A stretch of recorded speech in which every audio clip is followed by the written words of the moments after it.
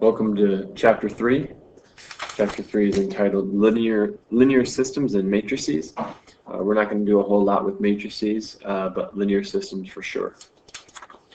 Let's start off as always with words to review. A system of two linear equations. You're going to want to know that a system of two linear equations basically are multiple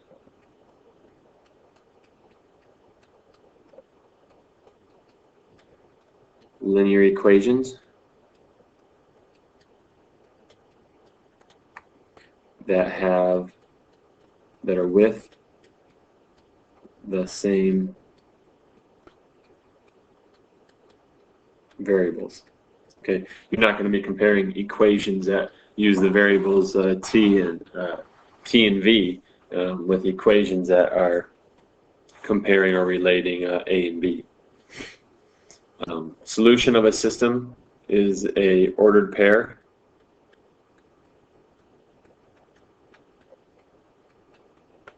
that satisfies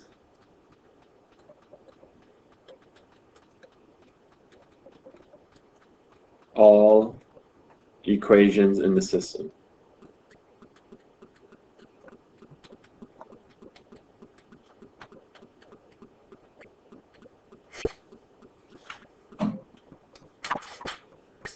A consistent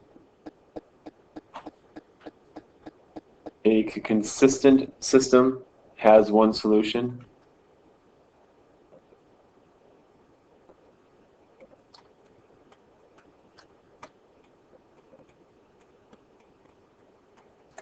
An inconsistent has no solution.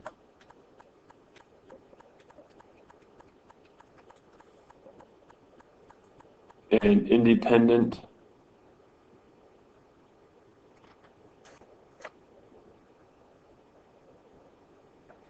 let me rephrase this. Consistent has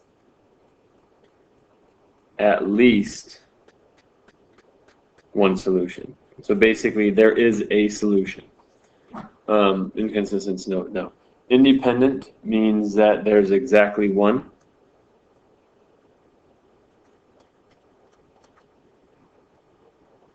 So let's think about this. There's no way for something to be inconsistent and independent. Independent systems have to be consistent. Dependent are consistent systems where there are infinitely many solutions. So in a little bit you're going to see some graphs that show here is a coordinate plane. Here's the equation of one linear equation. Here's the equation of another linear equation. And you'll see that there is one solution. This also is the case. Let's draw another. Oops. Let's draw another.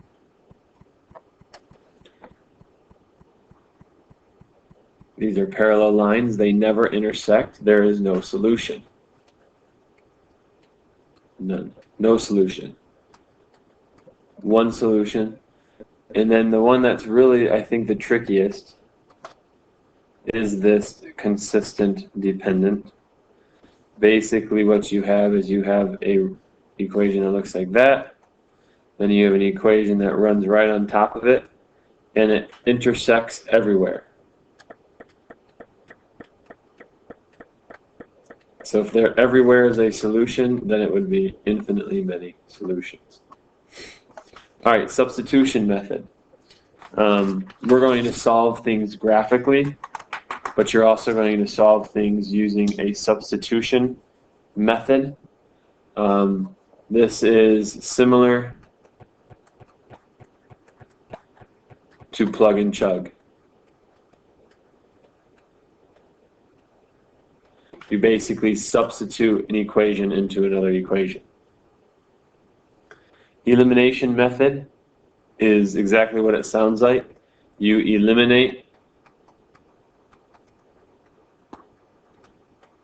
a variable.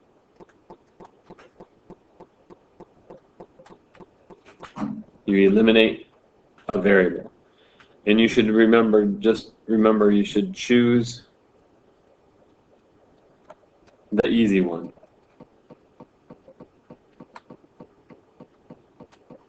All right. System of linear inequalities. A system of linear inequalities are graphs, are just like a system of linear equations. It's where you have multiple linear inequalities with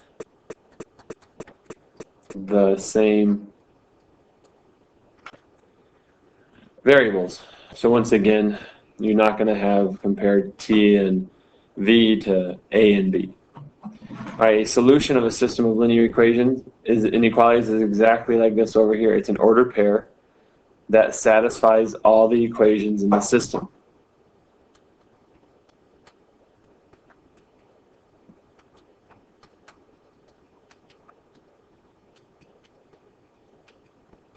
That satisfies all. So I'm not going to keep writing. I'm just going to say ordered pair that satisfies all. All right, graph of a system of linear inequalities.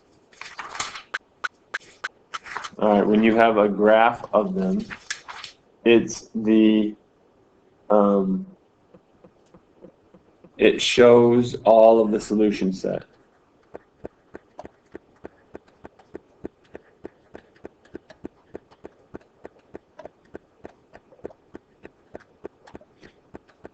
Shows all of the solution set.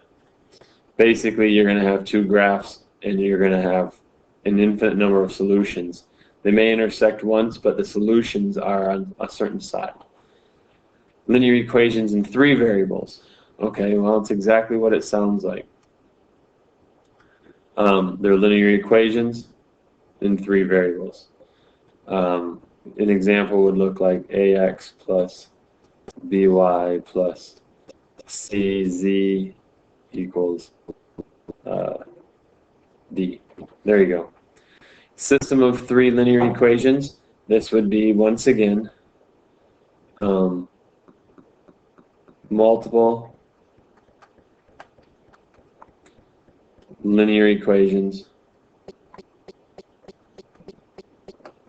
And I'm just going to leave it like that. So a system of 3 linear equations is a multiple linear equation. So you're going to have a bunch of linear equations. They're going to have 3 variables.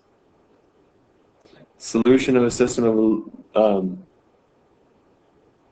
linear equations. When you're dealing with a solution of a system of linear equations, what you're dealing with is something called an ordered triple. It satisfies all.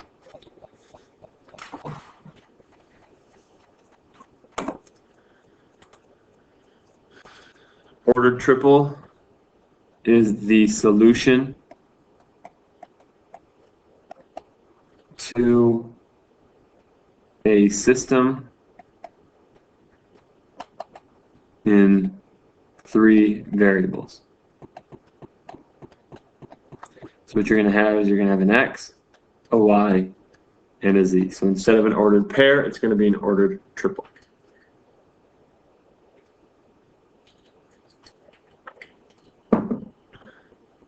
A matrix, you can say, is a rectangular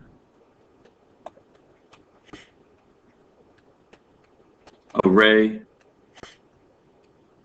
organized in rows and columns. Now, you're not going to be, matrices can make some things easier. You're not going to be tested on them. It's not part of the standards that we're doing right now, but they can be helpful. So I'm going to tell you a little bit about them. Dimensions of a matrix are always the number of rows by the number of columns. So here is a rectangular array, and I'm just going to put some random numbers in there. And hopefully when looking at this, you can see that there is 2 rows, and that when you count the number of columns, there are 1, 2, 3 columns. So the dimension of this is 2 by 3. Elements of a matrix is once again the row number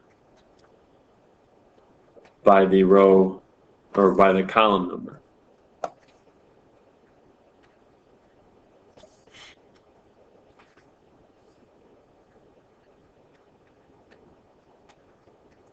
So it's very similar to the dimensions, except that now we're dealing with this number 2. You would say that this is in row number 1 and column number 1. So this is element A11. If you were looking at the 7, it's row 2, column 3. So the element A2,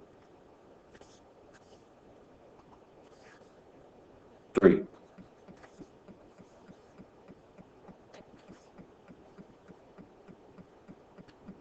All right, that's how you would deal with elements. All right, those are all of the words to review. Go ahead and find the video for section 1.